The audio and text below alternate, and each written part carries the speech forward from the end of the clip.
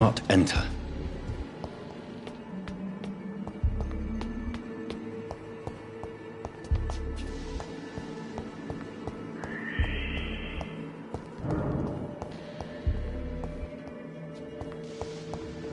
It's locked, all right.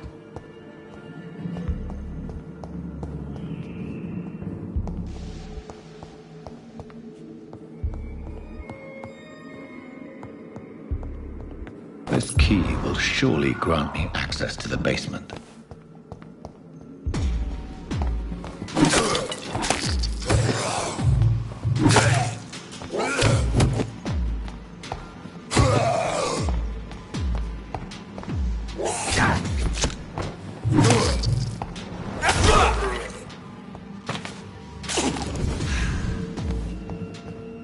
I cannot enter.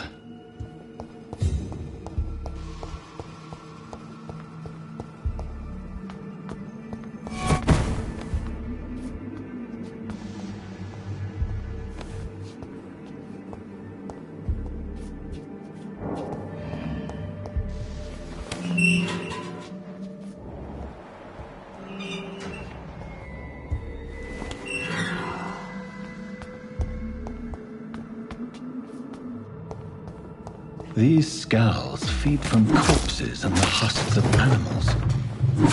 They're not out of blood.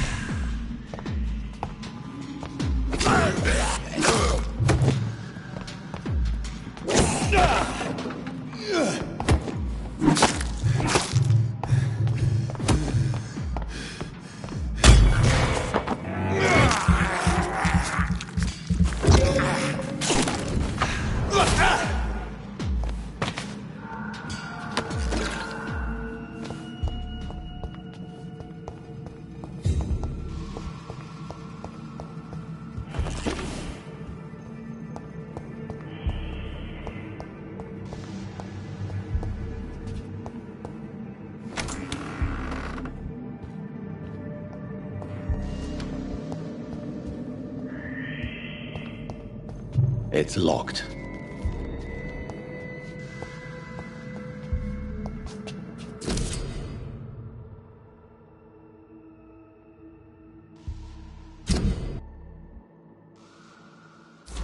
Mr. Connor's injuries don't match the report.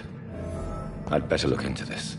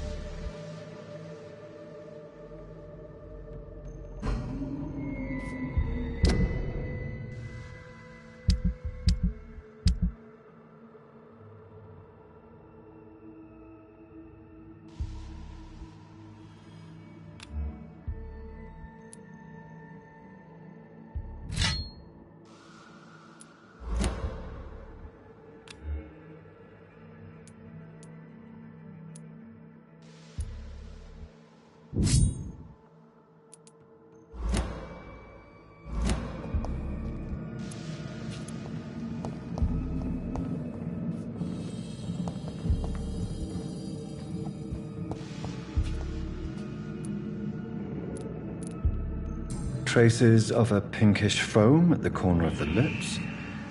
Some sort of drug overdose, perhaps? The chest was originally open to perform the operation. The sutures are clean, but the chest has been reopened.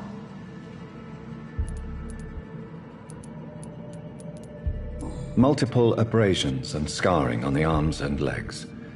Old and distinctive injuries of a sailor or a fisherman. A puncture over the left lung, possibly a chest tube insertion. Not the cleanest work, but I think it was successful. Signs of internal bleeding. So, Dr. Tippett's anesthetics were incorrectly dosed, causing the patient's death. And then he tried to operate on him again. Tippett has made an egregious error. It's time we talked.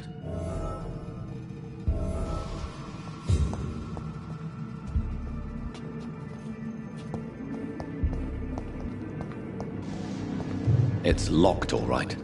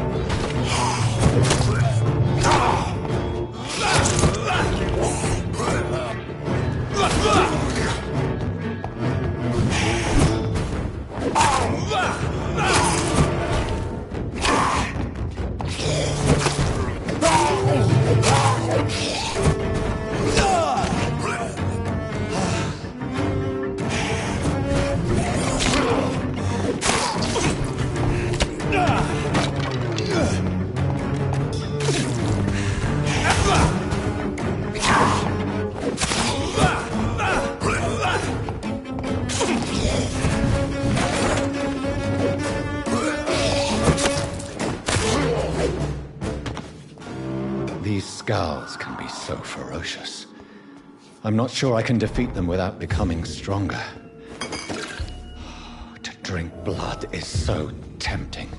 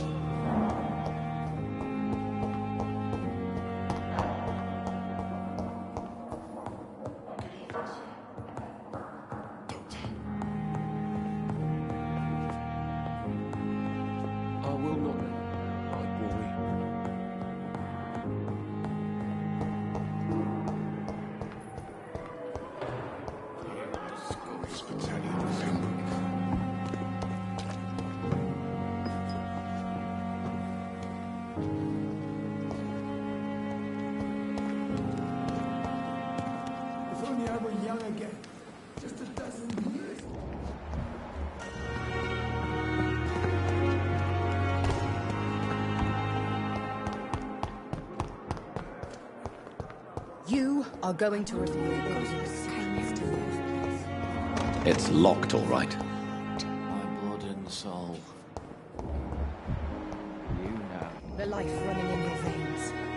This dead flesh needs it. Please.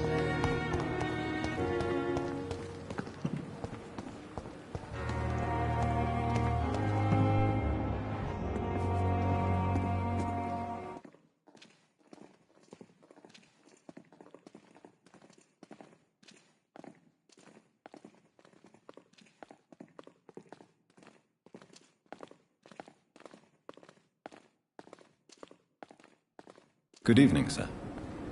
So it is true. The famous Dr. Reed has joined us. I can't think of any better news during these terrible times. Do we know each other? Actually, yes. We met once before, at the Rockefeller University in New York. Dr. Tippett, yes, I remember. I was assisting Professor Carell in his research about coronary bypasses. He had nothing but praise for you. He was also very confident about your future. And look at you now. Eminent surgeon and blood transfusion specialist.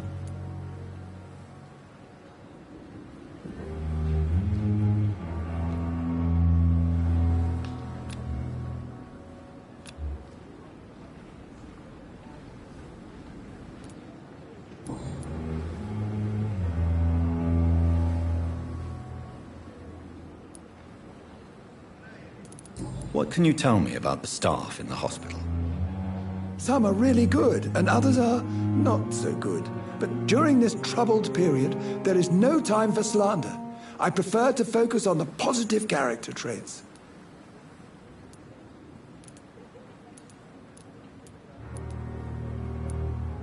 Tell me more about cherished people, then. Nurse Brannigan is a pearl. She is the most helpful and dedicated nurse I've ever worked with. A clever and cheerful woman. You really seem to admire her skills. I'll go even further. If she was a man...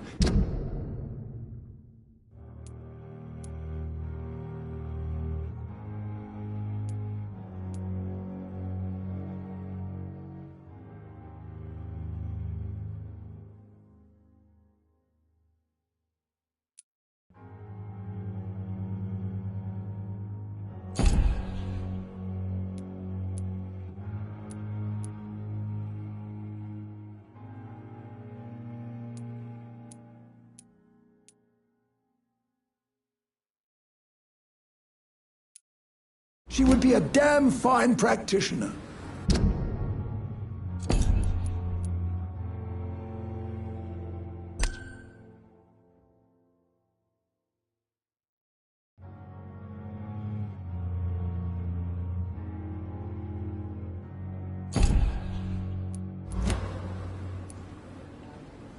Any opinion about the management?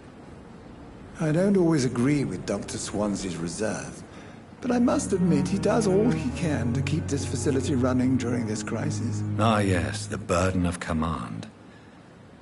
I was fed up with this concept while serving as a medical officer. Don't get me wrong. Swansea's a good administrator. I just wish he would get out of his office now and again.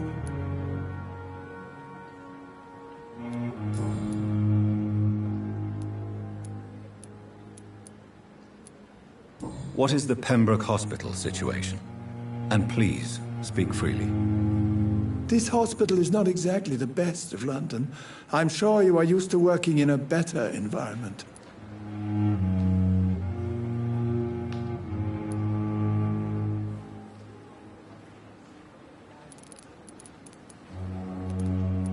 It's more than enough.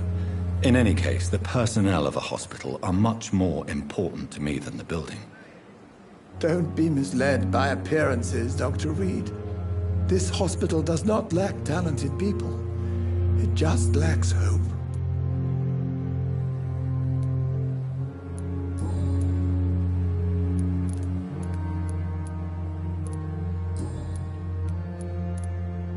What is the Pembroke Hospital situation? And please, speak freely. This hospital is not exactly the best of London. I'm sure you are used to working in a better environment. It's more than enough. In any case, the personnel of a hospital are much more important to me than the building. Don't be misled by appearances, Dr. Reed. This hospital does not lack talented people. It just lacks hope.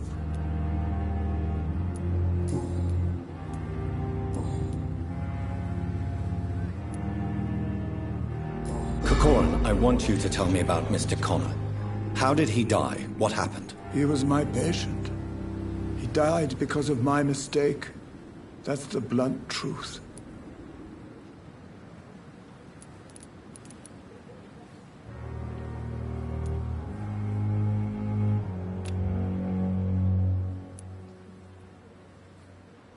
Who was this patient? I don't know. Some sick man from the docks, maybe a fisherman. I had no time to talk with him. No one claimed a body.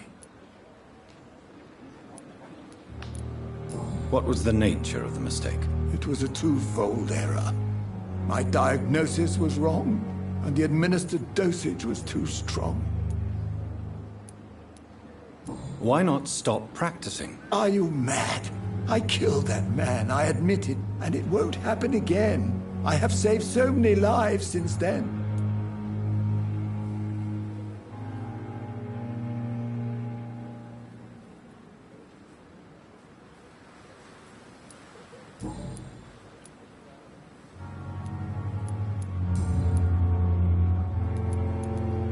Goodbye, Dr. Tippett.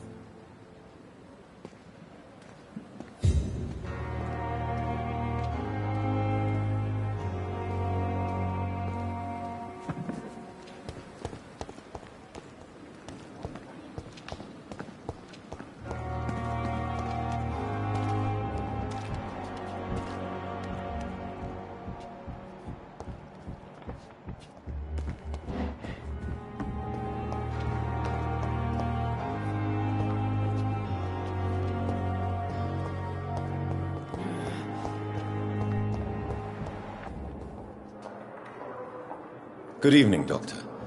I believe we're going to be working together. Dr. Reed. Dr. Swansea informed us of your arrival, but I could not dare to believe we'd have such good fortune. Such an honor, sir. Thank you. And you are? I am Thoreau Strickland, Dr. Thoreau Strickland. I'm a great admirer of your work, Dr. Reed.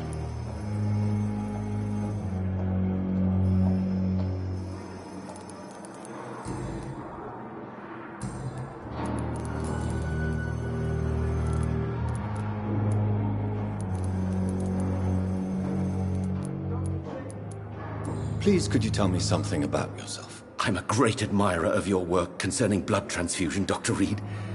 I run my own experiments. I'm convinced it's the future.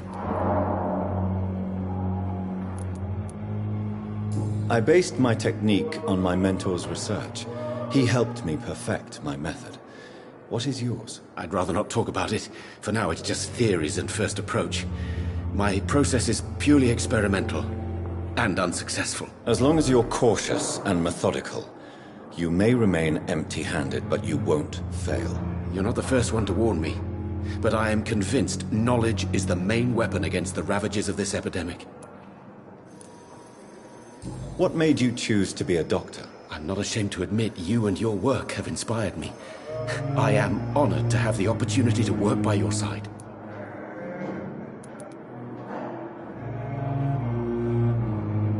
It's always a pleasure to share scientific and medical knowledge with someone eager to learn.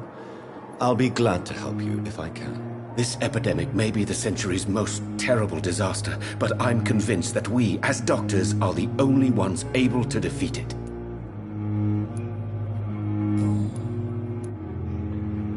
What can you tell me about the Pembroke? Well, it has always been an honor to work with Dr. Swansea. But with your arrival, I can't think of a better opportunity to learn about blood transfusion.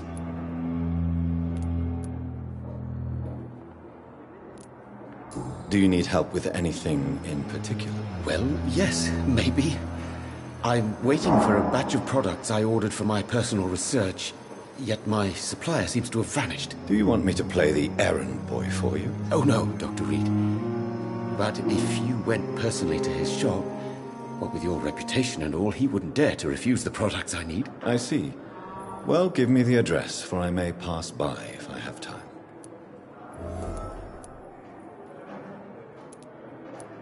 You seem quite optimistic.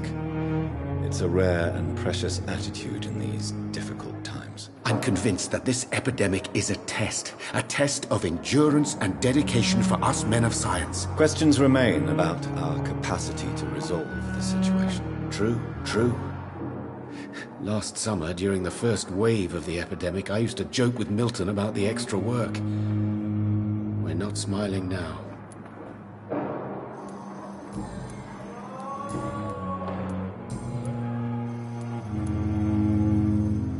Tell me more about your willingness to experiment with new medical techniques. Harvey Fiddick is a patient suffering from a severe injury that could cripple him if not treated correctly. I'm convinced your blood transfusion technique could help him. What is it you really want?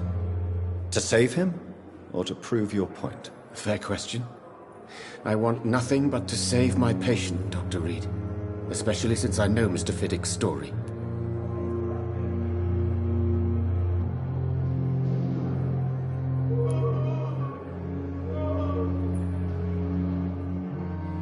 Tell me Mr. Fiddick's story. Our first diagnosis was compromised because Mr. Fiddick lied to us about the real origin of his injury. He first claimed it was an accident. But why would he hide such crucial information from us? Because he is a proud father, ashamed of putting his children at risk because of his own negligence.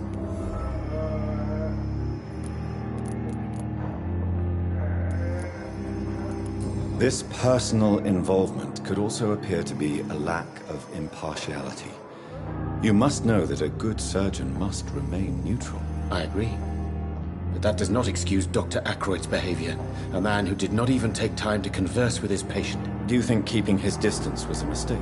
All I know is that I'm taking care of human beings with desires, hopes, and fears. Not some biological machine comprised of blood, bones, and flesh.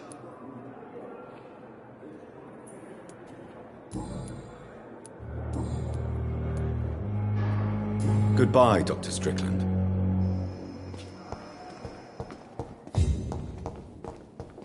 You always need words to calm the children.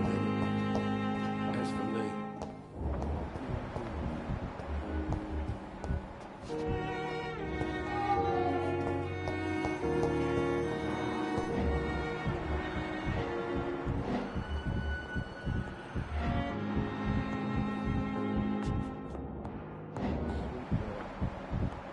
reads me like a book.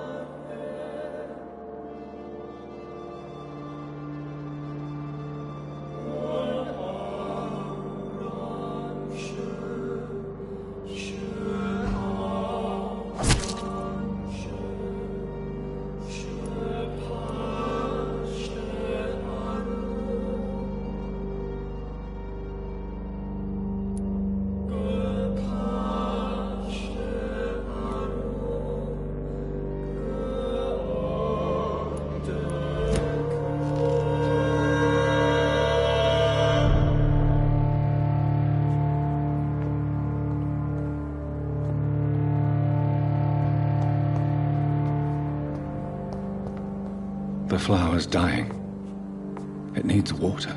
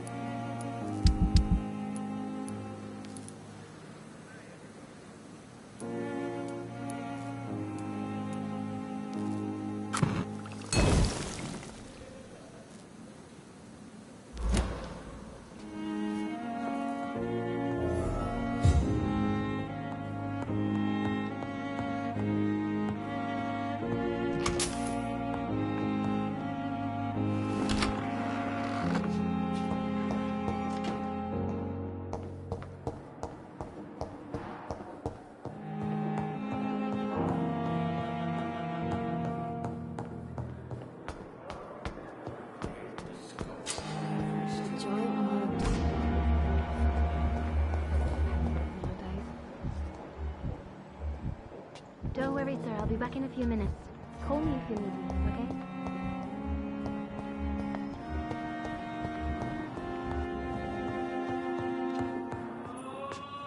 Finally, you've returned, Doctor. Did you find anything of value?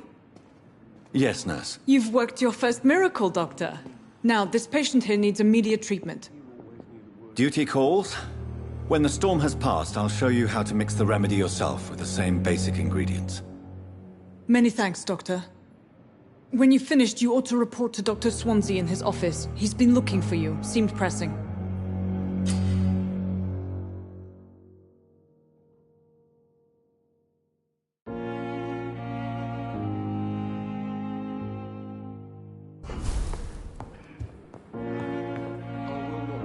Good evening, Mr. Goswick. How are you? I'm okay. Do you need any help? I'm afraid I may, sir. I don't mean to be a burden.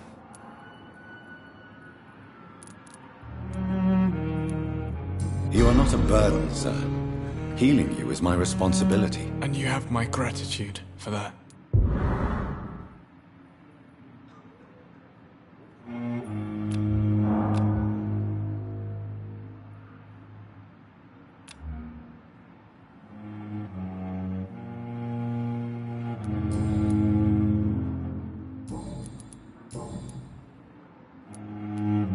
How painful is your throat, Mr. Goswick? So painful I'd rather not talk at all, Doctor.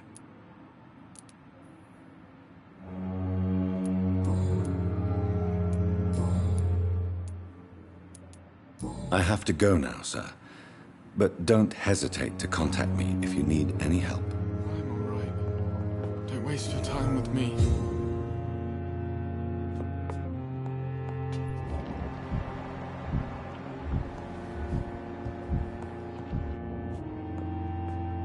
Good evening, madam. Can I help you? It's my son who needs you, sir. I'm Dr. Jonathan Reed. How can I help your son? I'm Beatrice Goswick, mother of Mortimer Goswick. Could you check on him, please, Dr. Reed? I've heard much of your talents as a physician.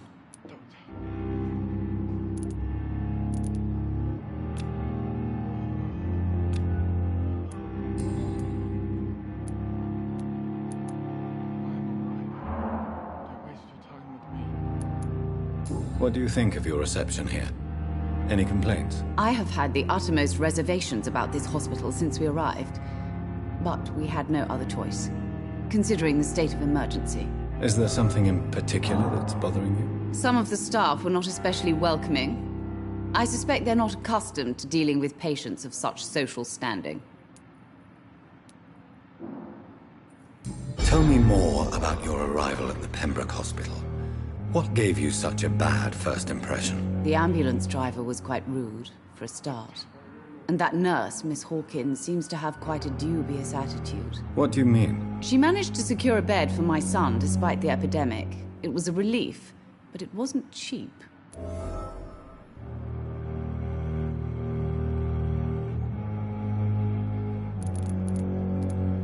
She charged you for a bed? Yes. And I paid without question, considering the urgency of the situation. I share your concern, Mrs. Goswick. Be sure that I'll talk to the people involved. I don't expect compensation, Dr. Reed. But I'm aware such behavior would not be tolerated in other hospitals. What can you tell me about yourself, Mrs. Goswick? Not much to say. Just take care of my Mortimer and I'll cover all the expenses. That's all that matters.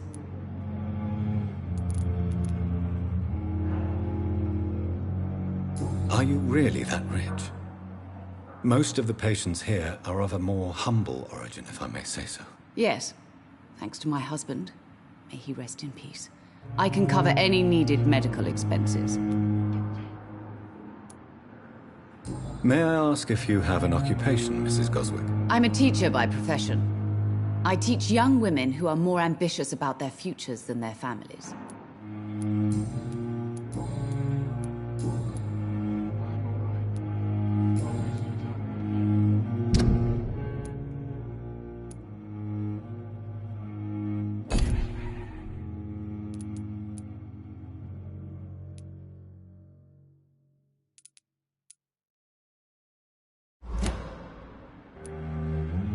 Goodbye, Mrs. Goswick.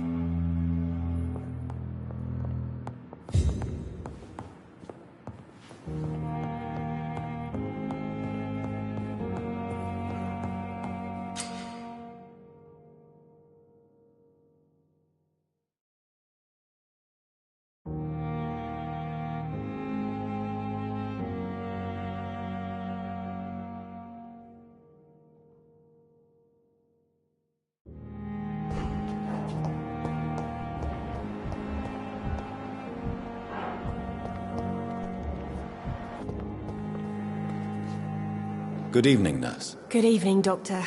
I don't think we've been introduced yet. My name is Pippa Hawkins. And I'm Dr. Jonathan Reed. Dr. Swansea has recently offered me a position in this hospital. Well, it's a euphemism that your help will be appreciated, Doctor.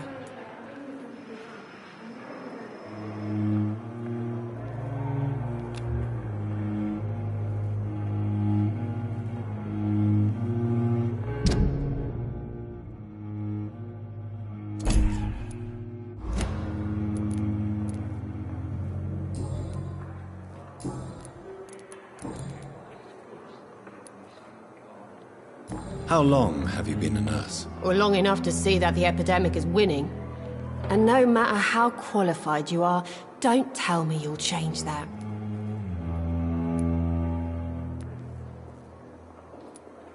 I don't like your attitude, Nurse Hawkins.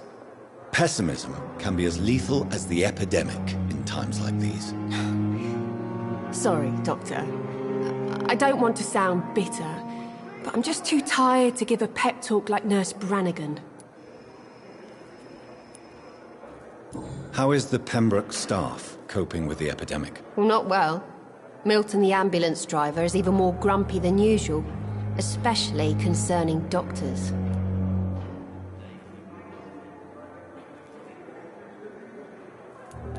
Why is Milton grumpy on a daily basis? Is it just an act? Milton's not the kind of man who's bothered about a bad reputation, whether he deserved it or not.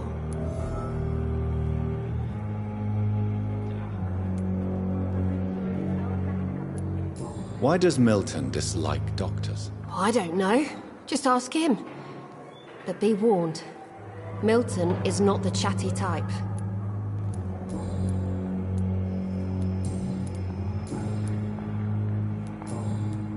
Goodbye, Nurse Hawkins. Fear and disgust on every street corner. The daily routine. So many deaths. And what of my own life?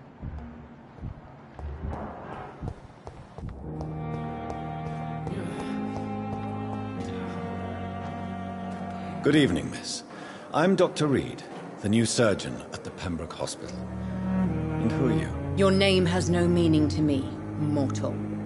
You're nothing but dust blown by the winds of eternity. I beg your pardon? What are you begging for, mortal? My clemency? Well, tonight maybe I'm inclined to mercy. You'll never forget the night you met Thelma Howcroft. You keep calling me mortal. Why is that?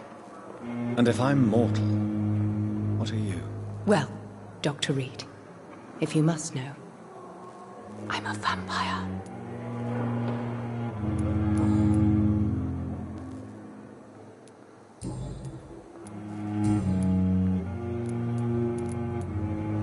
And why do you believe you're a vampire? I don't need to believe anything. It is what I am. It is what I feel within this hollow shell of flesh.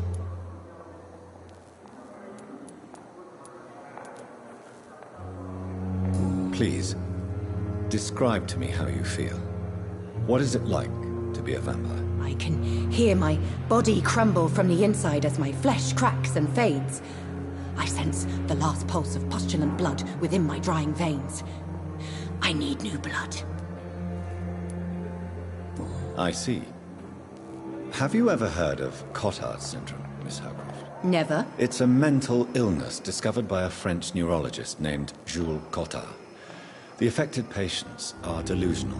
They believe that they are putrefying, that they are dead, a ghost or a ghoul, or in your case, a vampire. Delusional, you say? Oh, sad and petty mortal. You can't...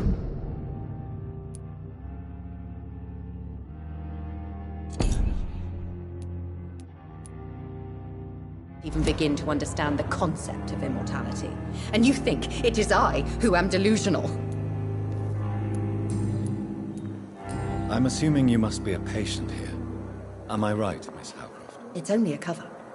To hide from my enemies. I can leave whenever I want. As a woman, a spirit, fog, or bat.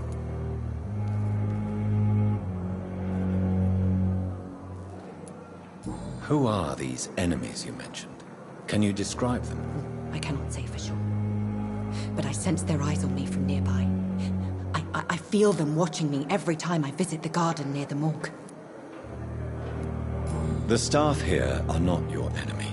They're here to help you, to care for you. I'm not speaking of the doctors in white. I'm speaking of the men and women who hunt me. For I am a vampire. I see. Don't worry. These people will not find you here. I'll personally make sure they leave you alone. Thank you, mortal.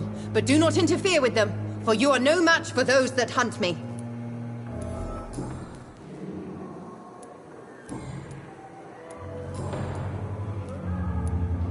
Who are you really, Miss Howcroft?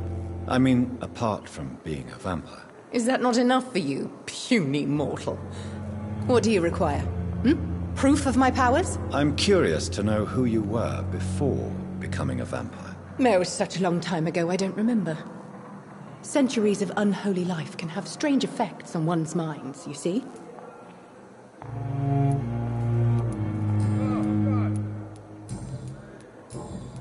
I'll leave you, Mistress of the Dark, to your nocturnal activities.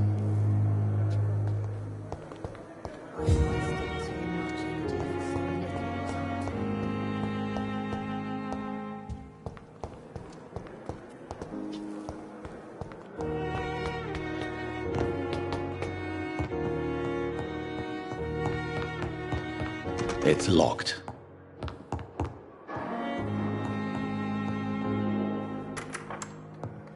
Please, Jonathan, come in. Fascinating, is it not? In the last decade, so many mysteries have been brought to light with our microscopes. The human body, biology's penultimate frontier. The more we explore its boundaries, the less we're able to trace a clear line between life and death. You, my friend, have a foot in both countries. The view must be vertiginous. It's at least as vertiginous as chatting about vampires with you, I would say.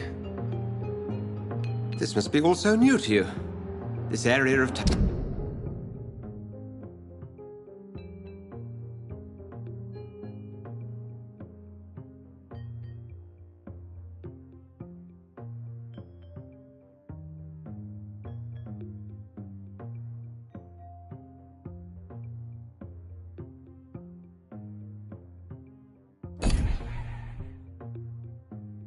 And the hospital? A brand new life? How stimulating it must be. I wish I could share your enthusiasm, Dr. Swansea, but my condition defies scientific categorization. Undead? Unalive? Immortality defies logic. I cannot express my thrill at this serendipitous turn of events. The world's most eminent specialist in blood transfusions, a vampire. One might say a gift from heaven.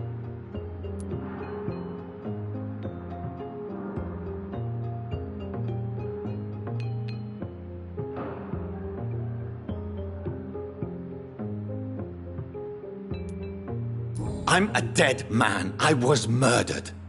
Now I'm a murderer. Tell me how this is a gift. Forgive me. I've been an admirer of your work for a long time, and now you are so much more than a brilliant physician. And please, call me Edgar.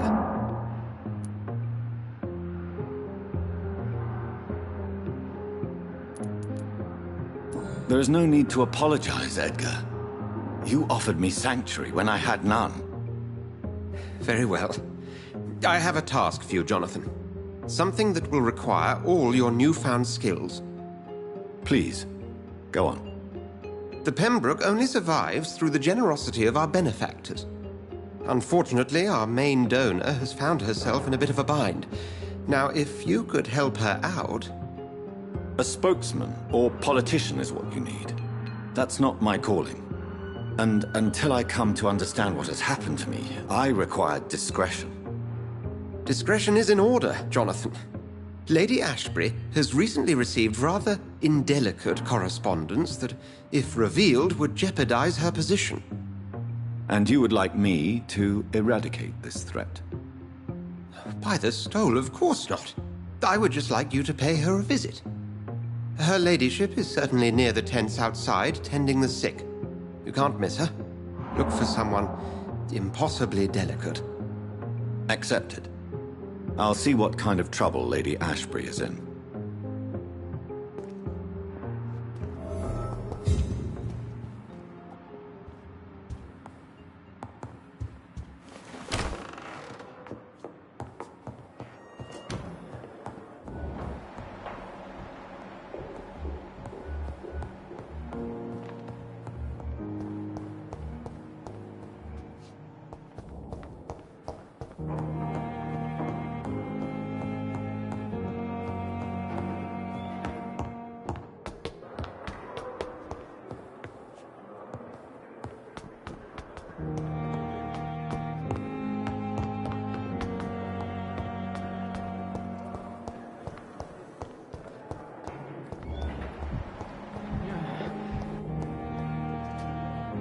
Good evening, sir.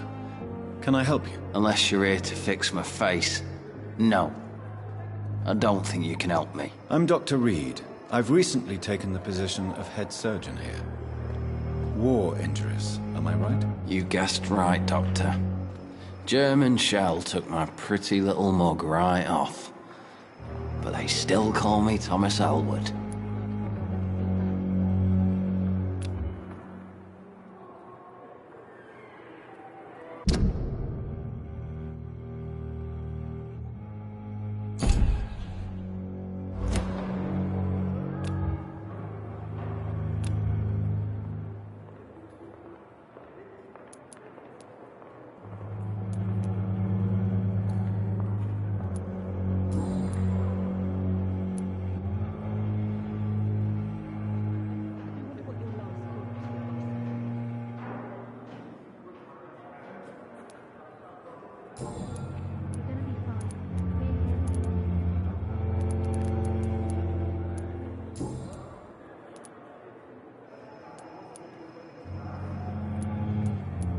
How is your stay with us, Mr. Elwood? Oh, it's bliss. I just escaped death in the trenches to be surrounded again by the moans of the dying. Can I ask you precisely why you're a patient here? It's the pain, sir. The drugs don't work. It just hurts under the scars, if you get my drift.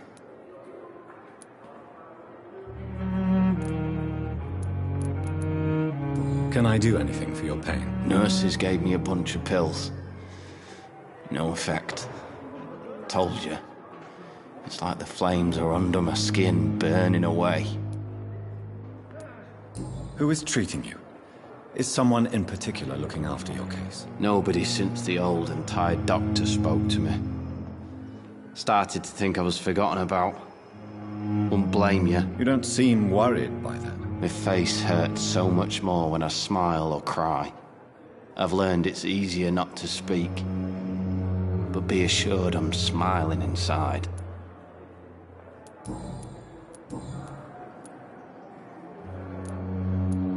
Have you heard rumors of underhand dealings in the hospital? If you want to know what's going on here, you better talk to Miss Jones.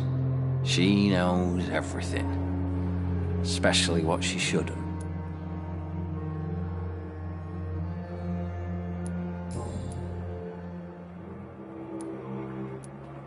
Where were you stationed, sir? Did you serve for long? I really don't want to talk about all this shit. No offense.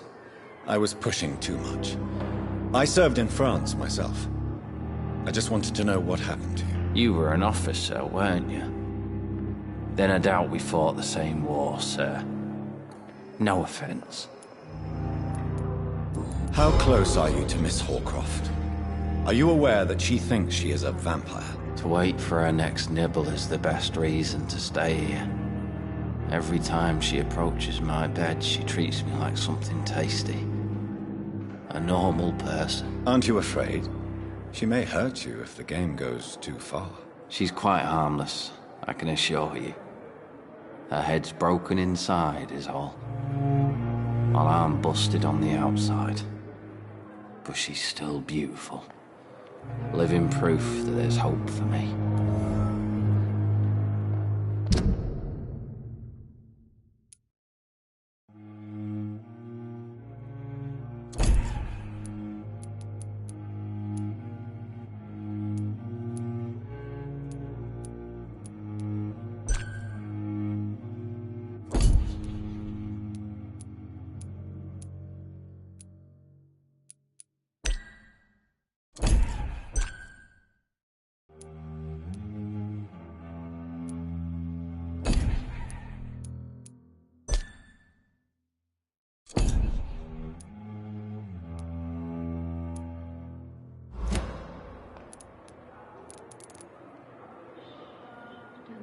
So do you let her bite you?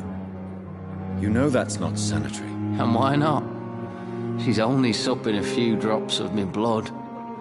And the pain, it's real for once. She could decide to bite less willing patients. Then it's another good reason for me to stay here, Doctor.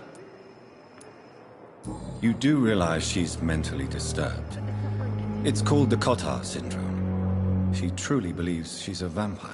In her madness, she never refers to my scars. And frankly, if I could, I'd join her world. It seems much more fun than the real one.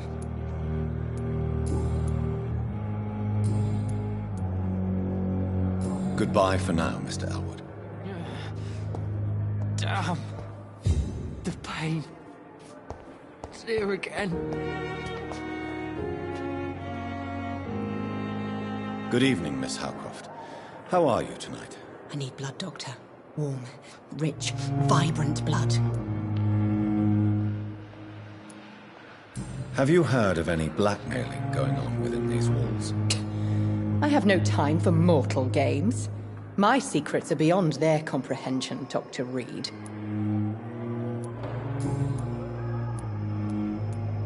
Tell me, Thelma, why do you feel so attached to Mr. Elwood? Why him? I'm not sure, Doctor. I think we have a bond of some sort. We've both suffered so much. He's the only mortal I find interesting.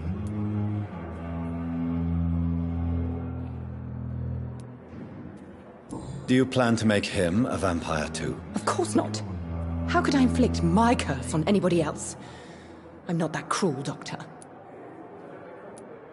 Would you say you and Mr. Elwood are romantically involved? No. No, Thomas is a delicate soul. even though he disguises it. But I am not the woman he needs. No, for I am a vampire, Doctor. Do you require my services, Miss Howcroft? I have no need for your medicine, Dr. Reed. Blood is the only drug I need.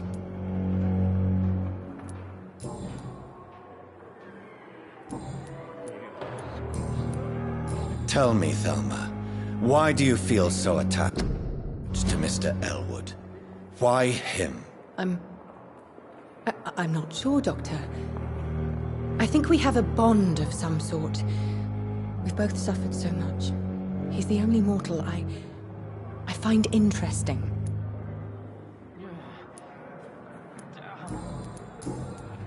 I'll leave you, Mistress of the Dark, to your nocturnal activities.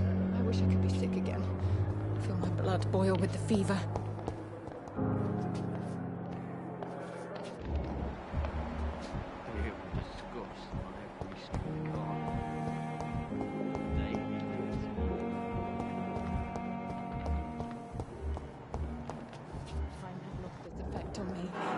But the suffering continues.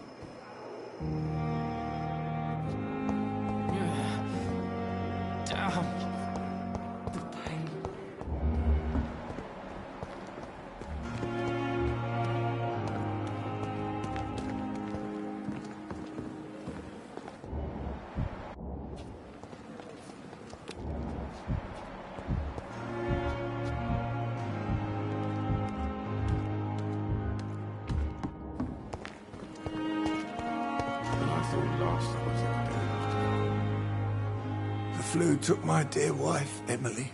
I take comfort knowing we'll soon be together again. Mr. Rainfield, that's no way to talk. You're in good hands here, and we'll be up again soon enough.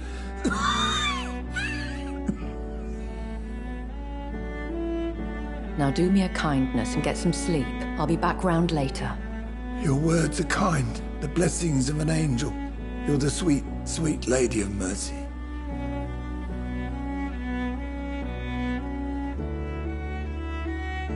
Good evening, Dr. Reed. It's a pleasure to see you again. You seem surprised. Dr. Swansea has brought me up to speed concerning your recent appointment to Pembroke Hospital. You're a the lady who saved me that night, before vanishing into thin air. I remember you from the pub with Dr. Swansea. Indeed. Allow me to introduce myself formally this time. My name is Lady Ashbury. I remember you well, in spite of the brevity of our encounter.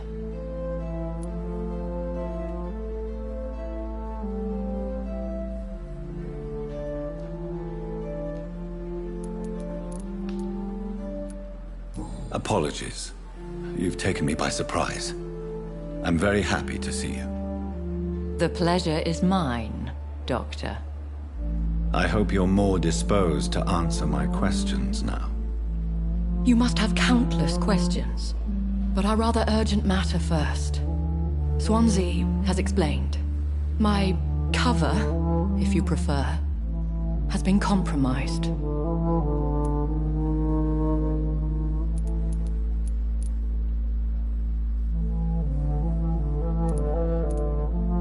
Dr. Swansea has commissioned me to be your agent in this matter. You could start by explaining what's amiss. These past insufferable weeks, I've been the victim of extortion. I've made a first payment, but the blackmailer grows greedy. I must refuse his most recent demands.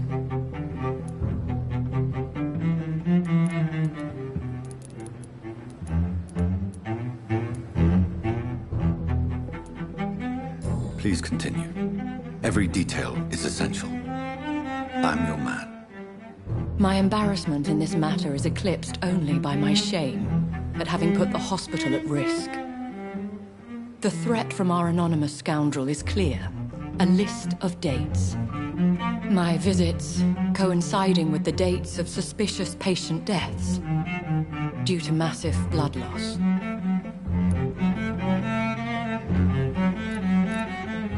I'll take care of it. Do you know where I should start? If that was the case, I'd settle the matter myself. You could talk to our local gossip, Harriet Jones. Not a pin drops here without her hearing about it. I'll meet that woman now. My life, as others know, is in your hands, Dr. Reed. I'm sure of your discretion, but I do fear your powers of persuasion will be put to the test. When this is resolved, I'll be your obligé. I'll answer all questions in regards of your condition.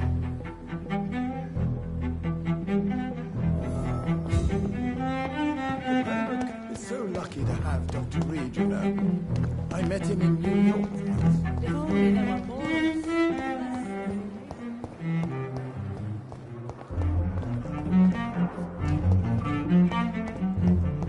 Dear disgust. Daily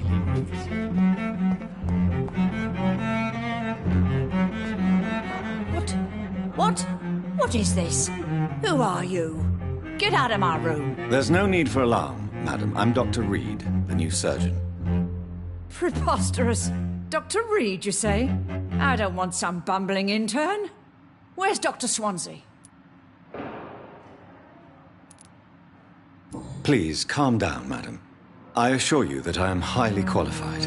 I'm just back from war duty. How brave. Threatening an old defenseless woman. You know how long I've been a patient here? You've picked the wrong fight.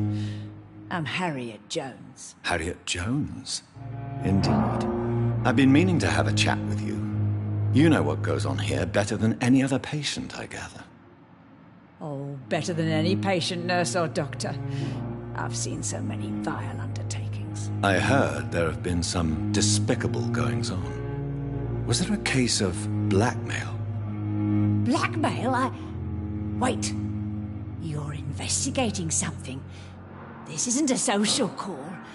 One of those incompetent cunts slit a poor sod's vein.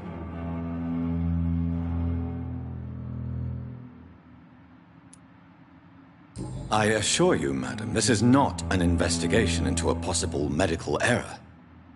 Debauchery, then? Nurses Crane, Hawkins, Brannigans, whores, all of them. They can't keep their legs shut.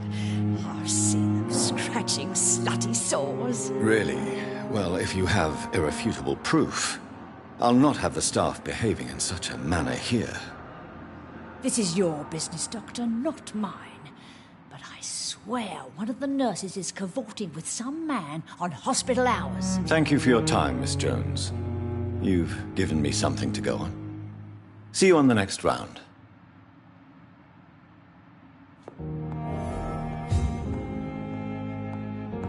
The patients and staff might know something. I'll start my investigation with them.